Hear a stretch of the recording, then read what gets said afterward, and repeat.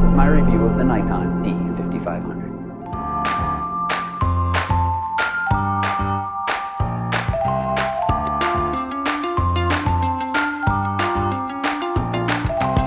In this review, I want to talk a little bit about how the D5500 compares to the D5300 and how it generally compares in this kind of sub-1000 DSLR and mirrorless market that's getting quite crowded. Let's jump right into it and talk a little bit about the specs of this camera.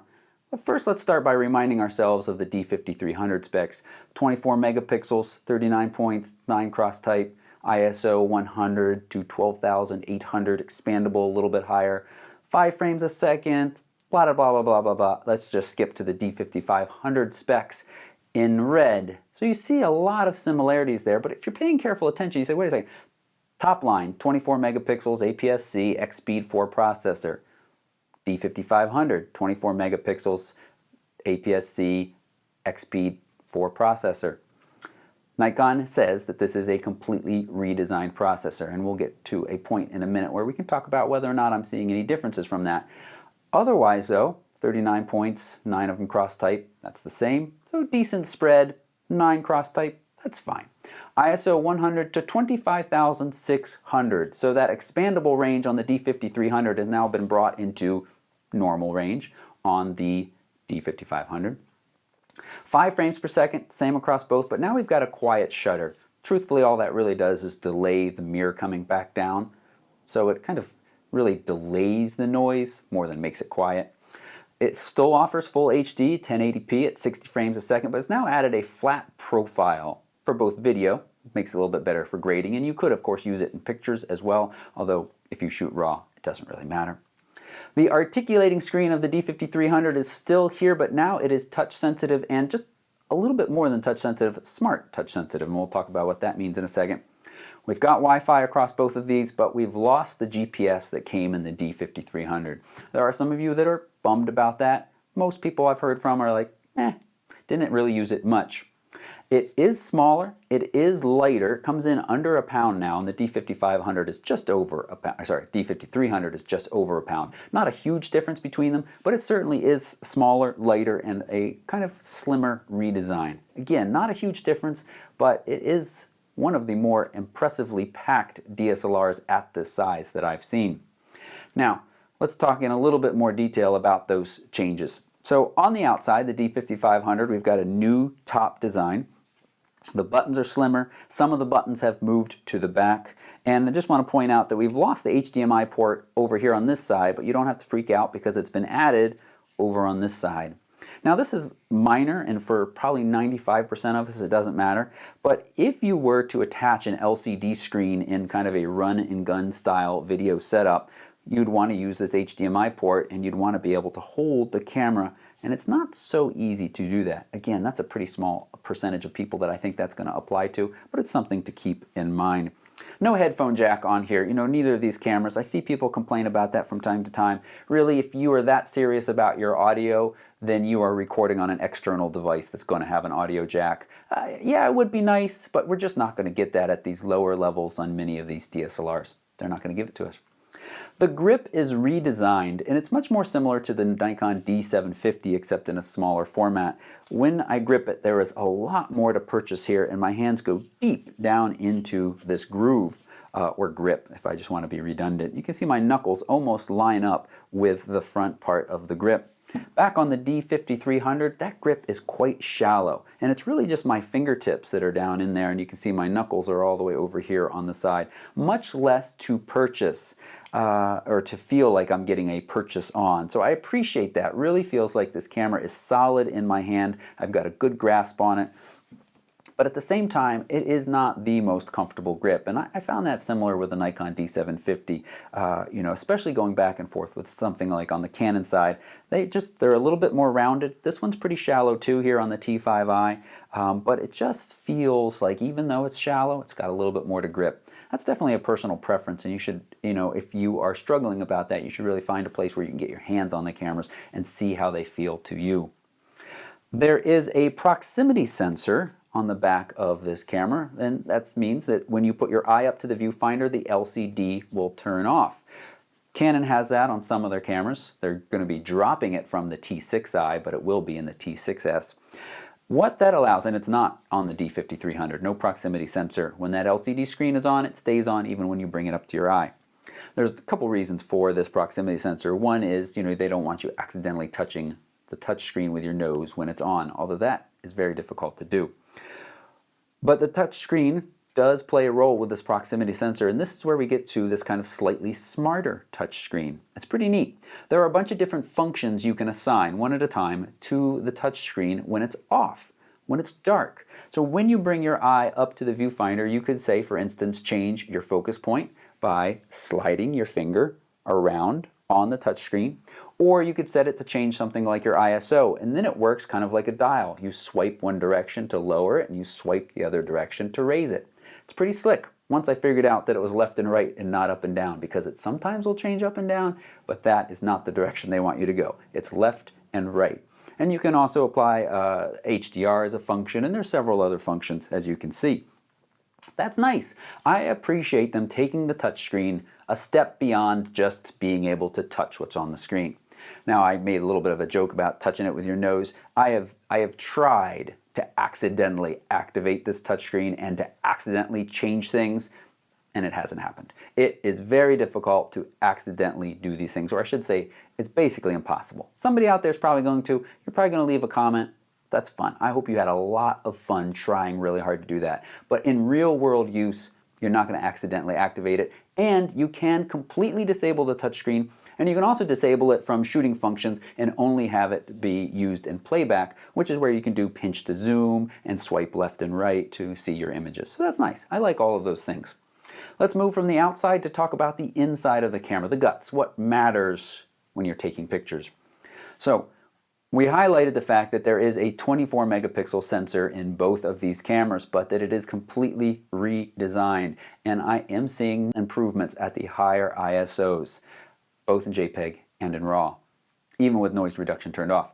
That is nice. I wouldn't go so far as to call it groundbreaking or huge leaps forward, but it is noticeable improvement over the D5300. I now mentioned that you have that flat profile. That is mostly for your videographers. That gives you this kind of flatter, low contrast look that is a little bit more, or is easier to do some post-processing and grading to. It's not a huge deal because anybody who was in the know before and was serious about this, you can make your own flat profile and load it up through the Nikon software and get the same results. One thing that is nice though is you do have additional control over these picture profiles now. You can down to the quarter level of adjusting your clarity and your saturation and things of that sort. So I mentioned the quiet shutter. Really, that just delays the mirror drop. Better battery life. They're supposed to get up to 820 shots now with this camera versus somewhere around 600-ish for the D5300. I've seen some arguments online that that is just a result of dropping the GPS. That's all they're counting, and you don't actually get better battery life if you didn't use the GPS in the D5300, but it's still listed out there, and 800 shots is a good number of shots. And you also have a couple more scene modes now. Those are fairly gimmicky, but if you like that sort of thing, you've got a few more options now on the D5500 than you had on the D5300. So my opinion on this D5500. Well, let's go back real quick to my review, and I'll remind you, my D5300 review, I was very positive about this camera. It was a really nice step forward from the D5200, which I felt like suffered from some slowness, came with a really poor kit lens. The 18-55 that now comes with the D5300 and 5500 and the 18-140 are decent lenses and are fine places to start. They don't hold the camera back too much, but stay tuned to the end for a little discussion about the kit lens, especially the 18-140. Auto mode, these cameras do a great job. If you're somebody who you're not really interested in photography, you just want a better camera in low light situations or in many different situations, you want to pick it up and you want to go, D5500 is a nice camera and offers really good quality even in auto mode. And the smart touchscreen, or smarter touchscreen. I appreciate that. It gives you a little bit more control. I think that's going to be for somebody who does want to get out of auto mode and have a little bit more control over the camera. It gives you an extra dial in quotes, on the back of the camera that allows you to make some adjustments and use it in more manual settings a little bit more efficiently. And the other good thing about Nikon cameras, and this isn't a difference from the D5300, is a huge selection of lenses. And we're going to look at this crowded marketplace in just a second and talk about why that's important. The bad. It's not all good. It's starting to feel a little cramped. The good is that it's small, lightweight, and if you were worried about a big camera and bringing it along with you, then you should consider something like this. And a slight sacrifice that you make is it's a little bit more cramped. Again, the touchscreen does help with that. We still have this wacky aperture, I call it wacky, but Nikon's been doing it forever, aperture block. You cannot, when you're in live view, and that also means when you're shooting video, you cannot change your aperture if you're in manual exposure. You can if you're in aperture mode, but you cannot in full manual mode. You have to exit out of live view, then you can change it, then you can go back in. It's only in manual mode. And along with that is the exposure preview. One of the things that I really like, I've said this before, I'm repeating myself from D5300 review and the D5200 review, is on the Canon side, by default, you have an exposure preview when you're using live view. And if you're somebody who wants to grow as a photographer, but you're really starting out in the beginning, it's really nice to be able to switch into live view at times and say, what is this going to look like? Sure, you have your exposure meter. You can see it's going to be overexposed or underexposed, but it's nice to really get a nice visual feedback. And you can do that right away by just picking up the Canon and dialing in the exposure that you want to see. On the Nikon side, you do not get an exposure preview on the back. The image on the back stays at a constant light level. So that means if you're shooting in a really dark room and your shutter speed is down around 1 second, it's going to look like it's going to be bright enough and it's going to be fine. But then you get it, or I'd say you're shooting at 1/100th of a second. And then you take the picture and you've got almost a black screen because that shutter speed was not slow enough to gather in enough light. So when you're using live view, that can be confusing. You can get an exposure preview if you switch over to movie mode, manual movie mode within the menu system on the Nikon. If this sounds complicated, it's not terribly complicated, but it is just kind of funky. And then when you do that, you are limited to your lowest shutter speed because it thinks you want to get into video, and 1/30th of a second is the lowest shutter speed it allows you to go. So if you wanted to get a sense of your exposure and shoot at 1/10th of a second or 1/15th of a second or slower, you can't. You just can't do that on the Nikon. Again, I repeat, you do have your exposure meter, the little indicator that shows you, but if you want a preview or a simulation, you're not going to get that. And then the live view focusing. The live view focusing is the same as it's always been. I've got that womp womp there. Not the womp womp like game show when you do bad. Womp womp. No, it is where it focuses and then it backs up a little bit and refocuses to check. It goes womp womp. I just did the same sound, didn't I? Anyway, it's the slow focusing in live view where it hits its target, moves beyond to check to make sure that really is focuses and comes back to it. On the Canon side, with the STM lenses especially, you do not have that. You have, and this really only matters if you want to shoot a lot in live view and or if you want to shoot video with autofocus on. So it dials right in using that the hybrid CMOS focusing system, dials right in much faster, much smoother. Same with the mirrorless cameras, you see much less of that. So if you want to pick this up and do easy autofocusing video, it's not the best. So those are some downsides. Get a lot of questions. Should I be upgrading from the D5300 to the D5500? No. Spend your money on a prime. I said you're seeing better ISO, high ISO performance, and you've got some of those other fun features. If you feel like you have to have the touchscreen, sure, you got the money, go ahead. But I'm telling you, your money is better spent on getting yourself a nice little prime lens, or just a higher quality lens in general, or maybe moving up to a higher level camera if that's important to you, those things as well. So from the D5300, no. From the D5200, I'd say sure. If you've been holding on to that camera for a while, again, still a prime lens still will give you better results and give you that, aperture control and better low light capabilities. But I really wasn't a huge fan of the D5200. It just suffered from a few too many quirks and slowness. So it's possible that that would be a better upgrade for you. But D5300, not so much. Now, let's take a moment and talk about where this camera falls because the other questions I get often is like D5500 or D7100. I think it is pretty easy to decide which one of these you want. So the D5500, I mean, its main feature against the D7100 is that it's really compact and lightweight. If that is important to you, you want a camera you're going to go backpacking with, or that you can throw in the diaper bag, or just head out and almost always be with you because it's not too bulky, the D5500 is nice. Plus that touchscreen does make it more user-friendly. And, you know, I didn't say this, but in live view you can touch to focus as well. Works like that. So that's good.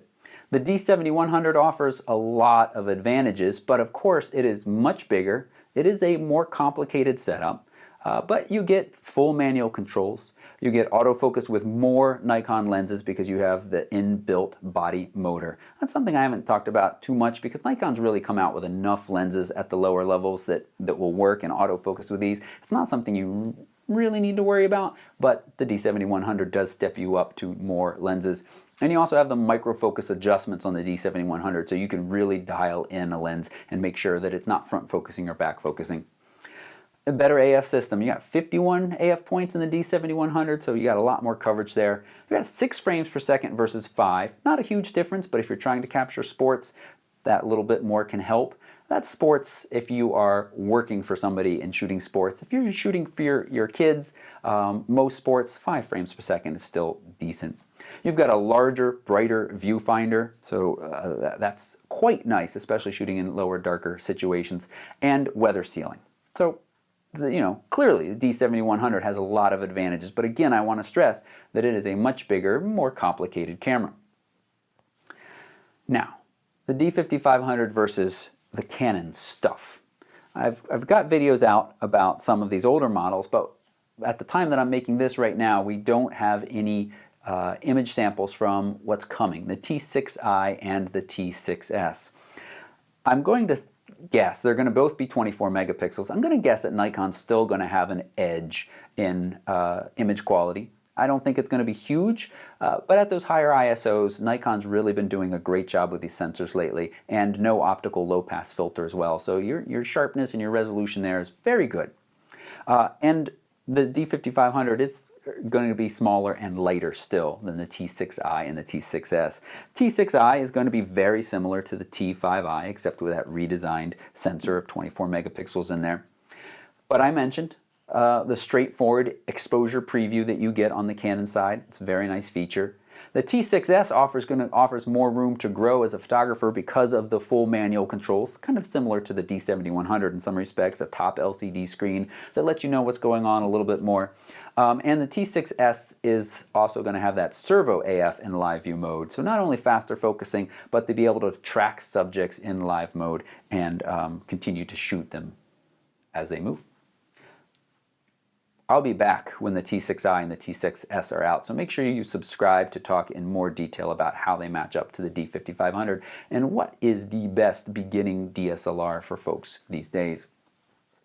I mentioned way back at the beginning that it is a crowded marketplace. You know, a year or two ago when I made the D5300 video and the T5i video, really it was those guys and not much else to talk about. But we've got, well, you've got the other Nikons, you've got the other Canons, you've got the Sony a6000, and we'll probably see a replacement for that in the next year, or next 6 months, I imagine. You've got the Olympus OEM, EM, and EMD series, and you've got Samsung's series. These are all very good cameras. Some are slightly smaller sensors, some are about the same size, APS-C size sensors. They're all roughly offering something in the price range, and many of them are very tempting. The Sony a6000 continues to be my top mirrorless pick, and there is a reason why it is one of the best-selling cameras on Amazon, because it really offers great image quality in an even smaller package. But what does the D5500 offer over many of these? A huge lens selection. Again, we come back to that, the ecosystem you're buying into. If you are just a parent, just want some photos of your kid, the huge lens selection doesn't really matter. Sony, Olympus, Samsung, they certainly have enough to satisfy you. But if you are somebody who really wants to grow as a photographer and you're looking at serious prime lenses or serious macro photography, or maybe you want tilt shift, then these DSLRs still do offer some advantages. On the video side, the quality out of this D5500, and I haven't mentioned that a whole lot, but I'll throw some sample video up at the end too that gives you an idea, is very good. Now, you know, I said if you're using the autofocus, you've got that womp womp, but professionals are not using that autofocus. They're putting nice manual focus lenses on here, and this is a great main footage camera or secondary to be shooting with for the money. It is a nice sensor in there and provides great quality. And then the auto mode for photos still does excellent. Sony a6000 is very good too. If I had to say which one was the winner, I don't think I could pick. They both do a great job, but of course the D5500 does give you just a little bit more room to grow. One thing I should point out, way back to the video discussion, is at that 1080p 60 frames a second, you are limited to just 10 minutes of recording. So if you hop down to the 30 frames a second, you can bump up to 20, and you can get up to 30 at even some of the lower resolutions. So that was my thoughts on the Nikon D5500 versus the D5300 and where it fits in this current lineup. If you've got questions, you can just leave them down below or come on over to the Facebook page and ask them there. Well, I got a great team of folks that help me answer your questions. But if you are serious about your question and you want a long and detailed answer, which we're happy to provide as well, I ask that you support me on my Patreon page. It is a way for you to support me monthly and in return get nice perks. Like, for instance, access to my video library of Lightroom videos. They cost money, but if you are a $3 a month and up subscriber, they're free for you. $5 a month up, you get access to my support group, and there are higher levels and greater perks. So take a moment and look at that. It's the first link right below the description of this video. If you plan to buy any of the cameras I talked about, I would appreciate you using my links. B&H helps me make many of these reviews possible, and I would appreciate it if you bought through their link right down below this video as well. And if you like this presentation style and you haven't already been a subscriber or click that subscribe button, well, that's the thumbs up button. Do that too, please, but also take a moment and subscribe.